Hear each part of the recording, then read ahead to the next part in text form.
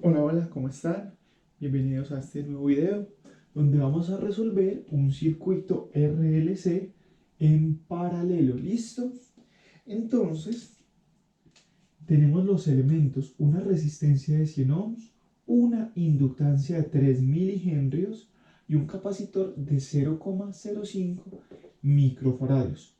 Conectados a una fuente de voltaje de 200 voltios, este es el voltaje RMS, el eficaz, y una frecuencia de 10 kHz. Nuestro circuito estaría representado de la siguiente manera. Como todos los elementos están conectados en paralelo, esta sería la distribución y la conexión en paralelo de los elementos. Muy bien. ¿Qué es lo primero que debemos hacer? Como estamos trabajando en corriente alterna, esta es corriente alterna en AC, vamos a obtener unas impedancias en cada uno de los elementos. Pero esas impedancias van a estar representados aquí en una resistencia, aquí en una reactancia inductiva y aquí en una reactancia capacitiva. Entonces miremos. La R, esa no cambia, mantiene igual, de 100 ohms. Ahora vamos a obtener la XL, que es nuestra reactancia inductiva, que sería igual a 2pi por la frecuencia, que es 10 kilohertz, se representa por 10 a la 3, porque es kilo, 10 a la 3, por la inductancia, que es 3 mili, sería 10 a la menos 3 henrios. Entonces, estas dos las podríamos estar cancelando y únicamente operamos 2pi por 10, que es la frecuencia, por 3 sería 188,5 ohms. 188,5 ohms. Esta sería nuestra reactancia inductiva. Ahora vamos a obtener nuestra reactancia capacitiva. La fórmula para la reactancia capacitiva es igual a 1 sobre 2pi por la frecuencia, que en este caso es 10 por 10 a la 3 porque está en kilo, por la capacitancia, que es de 0,05 por 10 a la menos 6, porque son microfaradios. Entonces, si resolvemos esta operación, 2pi por 10 a la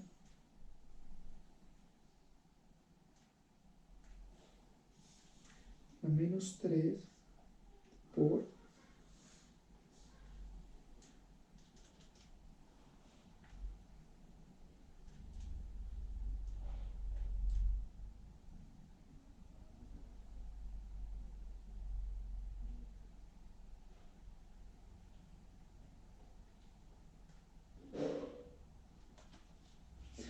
Si resolvemos esta, tendríamos 318,31 ohms.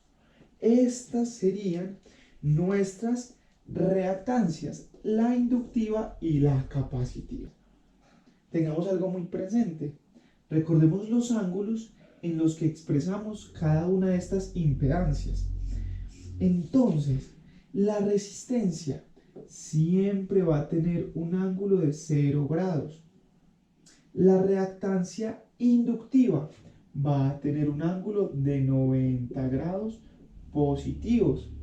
Y la reactancia capacitiva va a tener un ángulo de menos 90 grados. Muy bien, aquí ya tenemos nuestras impedancias expresadas en reactancias o resistencia con su respectivo ángulo. Muy bien. Ahora, como es un circuito en paralelo, debemos de resolverlo. Entonces, la Z total, que esta es nuestra impedancia total, va a ser igual a ¿qué? A la fórmula para resolver impedancias en paralelo. 1 sobre la R, en este caso vamos a tener la R, más 1 sobre la XL más 1 sobre la XC. Estas serían nuestras impedancias, pero como son puras, usamos resistencia, usamos reactancia inductiva y reactancia capacitiva. Entonces, reemplazando en la fórmula, nos quedaría de la siguiente manera. 1 sobre 100 en un ángulo de 0 grados, más 1 sobre 188.5 en un ángulo de 90 grados, más 1 sobre 318,31 en un ángulo de menos 90 grados.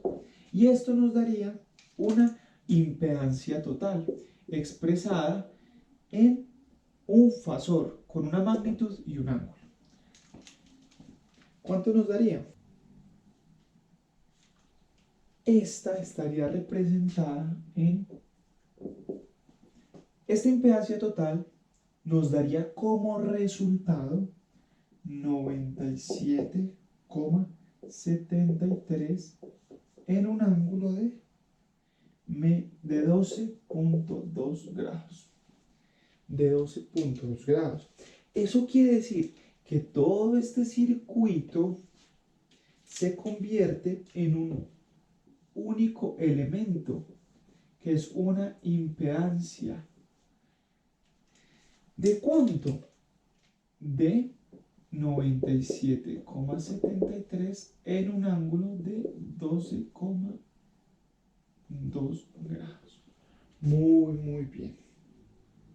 Entonces, teniendo ya estos valores, podemos obtener lo que es la corriente total. La corriente total del circuito. Entonces, miremos. ¿Cuál sería la corriente total que circula por este circuito? La fórmula que usaremos para hallar la corriente total va a ser igual al voltaje total sobre la impedancia total. Voltaje total lo tenemos aquí. 200 en un ángulo de ¿cuánto?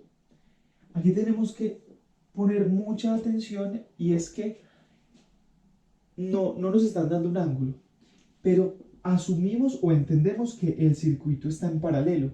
Como el circuito está en paralelo, es conveniente usar el voltaje con un ángulo de referencia que sería de 0 grados. ¿Por qué? Porque el voltaje aquí es igual al voltaje en todos los elementos. Entonces, si usamos el voltaje de 0 grados como referencia, nos va a ser mucho más fácil. Igual pueden asumir el voltaje, el ángulo que deseen. Sin embargo, como están en paralelo, es mucho más conveniente usar el ángulo del voltaje como 0. Y Z sería 97,73 en un ángulo de 12,2. Ese sería el valor de nuestra corriente total. Sería 200 dividido 97,73, y esto nos daría exactamente 2,04. Se dividen los términos, las magnitudes, y los ángulos se restarían. Sería 0 menos 12,02. Entonces quedaría menos 12,2. Perdón, 12,2. Este sería la corriente total. Muy bien. Teniendo la corriente total, nos quedaría por conocer el voltaje en cada uno de los elementos que ya conocemos. Pero nosotros damos fue la corriente de toda la impedancia. Yo quiero conocer qué corriente circula por cada uno de los elementos. La corriente en la resistencia, la corriente en el inductor y la corriente en el capacitor. Entonces hallémosla. Corriente en la resistencia, corriente en el inductor y corriente en el capacitor. ¿Cuál es la fórmula de la corriente? Es el voltaje, como están en paralelo, vamos a usar el mismo voltaje total, sobre la R. En este caso sería esta de acá. Entonces, 200 en un ángulo de 0 grados dividido 100 en un ángulo también de 0 grados sería igual a 200 dividido 100 nos va a dar 2, muy bien, en un ángulo de 0 grados. Miren aquí que la corriente y el voltaje en una resistencia están en fase. Miren que el ángulo en el que está el voltaje es igual al ángulo en el que está la corriente. Ahora miremos algo con la corriente en el inductor. Vamos a ver el mismo voltaje, que son 200 en un ángulo de 0 grados, pero vamos a usar es la reactancia inductiva, que es 188.5 en un ángulo de ¿cuánto? De 90, porque es una carga inductiva. 200 dividido 188.5 nos da 1,06 en un ángulo de este menos este, menos 90 grados. Entonces miremos algo, efectivamente en un circuito inductivo la corriente está atrasada. ¿Cuánto? Exactamente 90 grados. Y en el capacitor serían 200 en un ángulo de 0 grados dividido nuestra reactancia capacitiva, 318,31 en un ángulo de menos 90. Miremos qué sucede ahí. 200 dividido 318.31 nos da 0,61 en un ángulo de ¿cuánto? Es un circuito capacitivo. Siempre el voltaje se va a atrasar o la corriente se está adelantando. Miremos, 0 menos este valor. Menos por menos sería más. 0 menos 90 nos daría 90 grados. Esos serían los valores de las corrientes en cada uno de los elementos. Muy bien. Ahora, otra parte de este ejercicio podría ser hallar las diferentes potencias que se encuentran en un circuito en corriente alterna. Tendríamos la P, que es la potencia activa, la Q, que es la potencia reactiva, y nuestra S, que es la potencia aparente. Muy bien. Entonces, ¿cuál es la fórmula para hallar este tipo de potencias? La fórmula para hallar la potencia activa, existen muchas y hay muchas formas de hallarla, pero la vamos a hallar con la siguiente fórmula, que va a ser voltaje por corriente por el coseno del ángulo. ¿Qué ángulo? Este ángulo que tenemos aquí, que es el ángulo de la impedancia, el ángulo en el que está desfasada la impedancia, o el ángulo a la cual le pertenece esta impedancia total. Ahora muy bien, para hallar la potencia reactiva es el voltaje por la corriente por el seno de ese ángulo. Y por último tenemos la aparente, que sería únicamente voltaje por corriente. Muy bien. Entonces, miremos cómo nos quedaría la siguiente. Entonces, aquí usamos voltajes totales y corrientes totales. ¿Por qué? Porque estamos usando el coseno y el seno de dicha potencia. Entonces, voltaje total, 200. Por la corriente total, que es 2,04 por el coseno de 12,2. Y ahí tendríamos nuestra primera potencia. Esta sería nuestra potencia activa.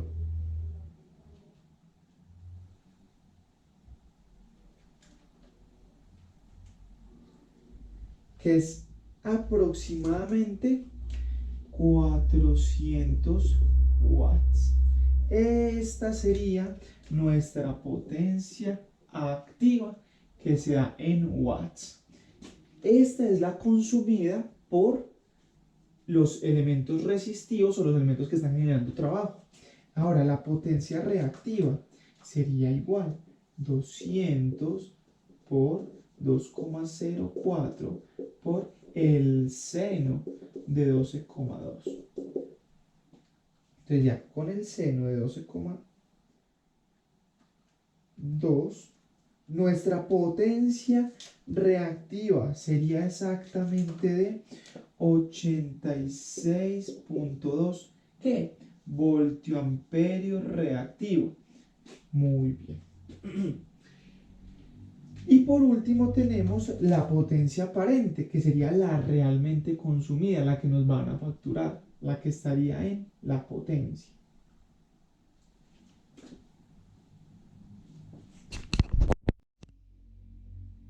Ahora miremos la potencia aparente.